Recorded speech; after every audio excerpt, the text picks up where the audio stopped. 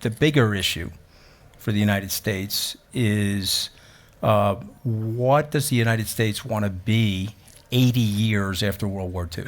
It's not the weaponization of the dollar that I'm worried about.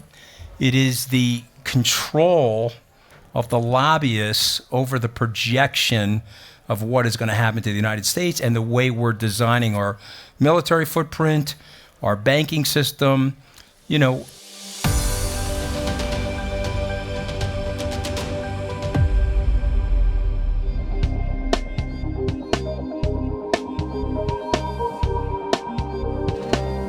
the perception is that we've used sanctions and we've used some level of weaponization. If you read the book, or that we're willing to. We're willing to. If you read the book Treasury Wars, which was a phenomenal book written about 10 years ago, it talked about what the U.S. did after 9/11 in terms of identifying, closing down accounts, freezing assets.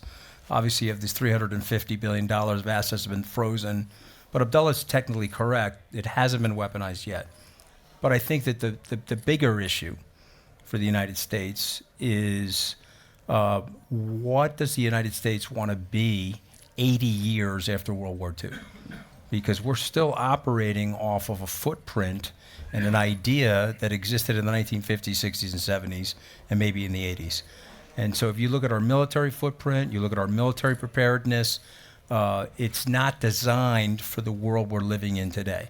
Just look at the way the Houthis are attacking our ships in the Red Sea, and if you ask anybody in the military, they don't like the design of the military. And I'm going to tell you something that I worry about in the United States is the lobbying.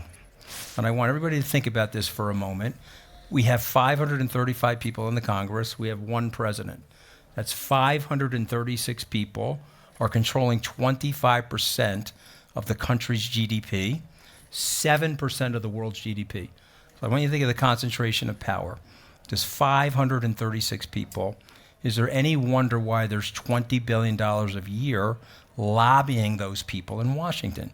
And so if you look at our military today, we're spending $1 trillion on the military, and we're probably getting $500 billion of value because all the prices are inflated, all the prices are inflated on the missiles, all the prices are inflated on the toilet seats, on the hammers. You go right through the list, and this is a result of what Eisenhower talked about, the military-industrial complex. And so real leadership requires reform of that. And when you go to reform that, they write really bad stories about you. You know, when you're in Washington, they look at you and they say, okay, can this guy be bought or can't be bought? If he can be bought, it's not a swamp, by the way, just so you know, it's a gold-plated hot tub. Some hops. If you can be bought, they give you 2 cigars, a bottle of Cristal, sit in the hot tub with them. But if you can't be bought, they make up stories about you. They try to get you out of there because there's a circuit going on. So it's not the weaponization of the dollar that I'm worried about. It is the control of the lobbyists over the projection of what is going to happen to the United States and the way we're designing our military footprint, our banking system. You know, I've learned a lot in the UAE. I'm going to say something that people who are American should really listen to. Okay, they have depoliticized the regulatory process in the UAE. Does everybody understand that? So we met with one of the Dubai regulators, right, in St. Moritz. What was her name? Deepa Raha Karbal, who works for Halal. You know Deepa. Okay, so she has full authority to regulate in terms of what is right for financial innovation and what is right for the country. She doesn't have Elizabeth Warren calling her and saying, you know, today I don't like crypto. I don't really understand it, but I don't like it. Do everything you can to block it. Do you see what's going on in the United States? These are the things that worry me about the United States. We need to depoliticize certain things. We need stronger leadership that can say, okay, here are the problems. Not going to get solved today or tomorrow, but here's the 10-year plan. Here's a 15-year plan. Anybody in this room that's an American, do you know any politician in the United States has said, oh, here's my 15-year plan to right-size entitlements.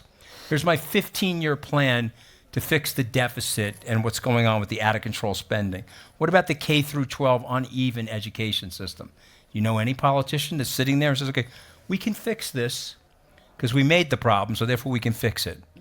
But no one's doing that. That's the stuff that I'm worried about.